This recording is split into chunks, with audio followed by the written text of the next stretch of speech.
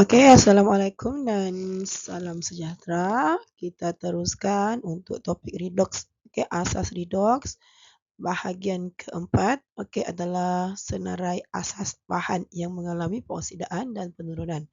Oke, ada banyak bahan yang mengalami peoksidaan dan penurunan, tapi ada beberapa yang perlu kamu hafal. Dia selalu keluar dalam soalan. Okey, jadi bahan yang mengalami peoksidaan dan penurunan, okey, untuk di sebelah bahan pengoksidaan, okey, ataupun dia bertindak sebagai ejen penurunan, ada 4 bahan yang kamu kena hafal. Okey, yang pertama adalah logam reaktif. Apa tu logam reaktif? Yang kita hafal dalam siri kereaktifan logam. Okey, jadi kita hafal, ini adalah logam-logam yang akan mengalami pengoksidaan. Kalau kita nampak salah satunya ada, maksudnya dia mengalami pengoksidaan. Kalau kita nampak ada 2 logam di situ, kita pilihlah daripada yang paling reaktif. Siapa yang mengalami pengoksidaan? Logam yang paling reaktif.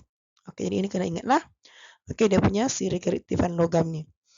Okey, lepas tu bahan kedua yang mengalami pengoksidaan, ataupun bertindak sebagai agen penurunan adalah ion CBI. Siapa ion CBI itu? Klorida, bromida, iodida. Okey, diorang ni biasanya berkapal dengan logam. Contohnya kalium, bromida, natrium, klorida, magnesium, iodida. Ini contoh-contoh bahan yang mengalami pengoksidaan. Kita nampak ada dadanya tu, dia lah tu. Okey, ambil dia punya bromida, klorida, iodida. Ambil dia punya ion CBI sahaja. Okey, yang ketiga. Okey, kalau kita nampak ferrum 2 plus. Okey, biasanya dia akan muncul dengan orang lain lah. Okey, ferrum 2 sulfat contohnya. Jadi bila ferrum 2 sulfat, jadi charge-nya 2. Okey, dia mesti akan jadi ferrum 3 positif. Okey, dia akan jadi Fe3+. Jadi daripada 2 plus kepada 3 plus, okey, daripada positif 2 kepada positif 3, nombor peoksidaannya meningkat. Sebab itulah dia mengalami pengoksidaan. Okey. Yang keempat, okey, adalah sulfur dioksida. Ini sulfur dioksida, kamu nampak sulfur dioksida, dialah yang mengalami pengoksidaan. Okey, lepas tu, okey, bahan yang mengalami penurunan ataupun bertindak sebagai ejen pengoksidaan. Ini yang kembar dua ni, okey.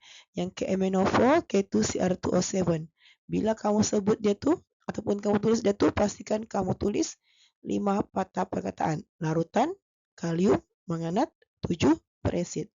Ataupun larutan kalium dikromat 6 berasid. Dia ada 5 patah perkataan yang perlu kamu tulis lengkap. Okey. Jangan ada yang tinggal. Okey, yang kedua adalah molekul CBI. Contohnya klorin, bromin, iodin. Okey, biasanya air klorin, air bromin, air iodin. Okey, itu yang kedua. Jadi, dia berlawanan lah. Kalau tadi sebelah ejen pengoksidaan adalah halida. Okey, bahan pengoksidaan halida. Bahan penurunan, dia punya halogen. Okey, daripada halida, dia akan pergi kepada halogen. Daripada halogen, dia akan pergi kepada halida. Dia orang saling bertukar. Okey. Bahan yang mengalami penurunan yang ketiga ialah bila kamu jumpa Fe3+. Okey, contohnya ferrum 3 sulfat. Jadi kamu nampak ferrum 3 sulfat, okey, ferrum 3 positif, okey, Fe3+, dia akan jadi Fe2+ ataupun Fe sahaja. Jadi daripada 3 kepada 2 atau daripada positif 3 ke positif 2 ataupun daripada positif 3 ke kosong. Dia berkurang kan. Jadi bila nombor peoksidaannya berkurang, maka dia mengalami penurunan dan bertindak sebagai ejen pengoksidaan. Dan yang last untuk ejen penurunan bahan yang mengalami penurunan adalah hidrogen peroksida. Okey. H2O2. Jadi soalan selalu sebut pasal ejen penurunan. Jadi ejen pengoksidaan. Jadi kau ingatlah ejen penurunan mestilah bahan yang mengalami pengoksidaan. Ejen pengoksidaan bahan yang mengalami penurunan. Okey, jadi itu adalah 4 bahan pengoksidaan dan 4 bahan penurunan yang perlu kamu hafal. Okey, biasanya kita akan pakai dia ni pada pemindahan elektron pada suatu jarak, okey, ataupun pada TUU.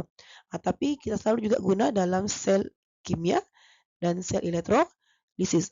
Bila kamu sudah hafal bahan-bahan ni, ketiga-tiga subtopik tu, okey, TUU, sel kimia, sel elektrolisis akan jadi sangat senang untuk kamu jawab. Okey, jadi tamat sudah bahagian keempat. Okey, kita akan jumpa di next video.